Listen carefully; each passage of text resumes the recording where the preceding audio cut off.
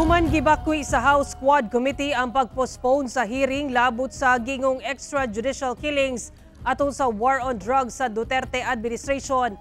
Nahinayon na kini karong adlaw diin mitambong si kanhi Presidente Rodrigo Duterte. Ang detalye sa report ni Argil Relator.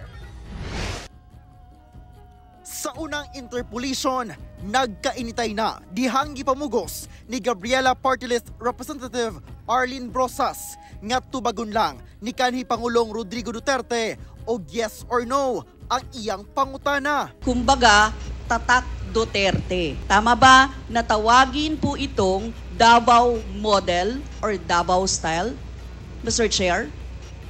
I cannot control the semantics. Mr. Chair, yes or no?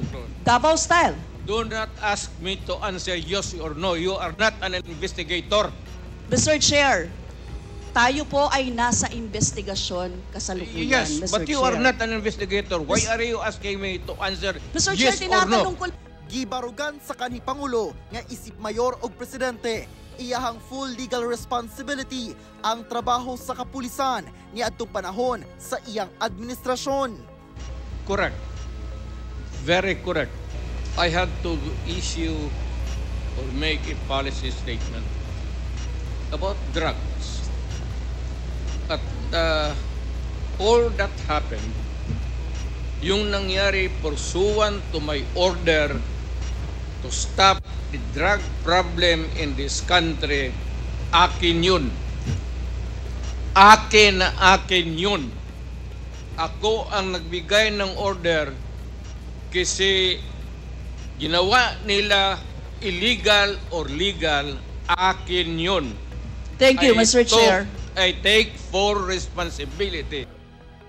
Gipangutana sab si kanhi Pangulong Duterte kung makik-alayon ba siya kung ugaling mahatagan og higayon nga mag-imbestiga ang International Criminal Court kung ICC sa giingong extrajudicial killings sa war on drugs sa iyang administrasyon. I'm asking the ICC to hurry up and if possible they can come here and start the investigation tomorrow. This issue has been left hanging for so many years. Matagal ma'am, baka mamatay na ako, hindi na nila ako maimbestiga.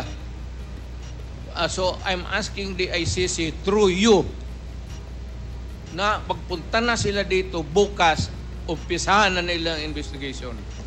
And if I am found guilty, I will go to prison and rot there for all time. Dunay pagpaklaro ang kanhi Pangulo labot sa reward system nga gibutyag ni kanhi PCSO Chief retired Police Colonel Royina Garma sa mga operasyon kontra illegal nga droga. Yung may police operation, alam ng police lahat yan, pinupunduhan ko yan. O ito, for a particular project. Pagka na-accomplish nila yan, sir, may sobra, magsabi ang police officer o lead official, sir, may sobra, hindi na ubos yun. Hindi na yan. For the boys. Gilatag ni Representative Dan Fernandez ang datos base sa migulang report nga gibutyag ni PNP Chief General Romel Marbil labot sa ihap sa mga pulis nga apektado labi na kadtong na-dismiss, na-detain o nakasuhan tungod sa war on drugs. Saad sa kanhi Pangulo.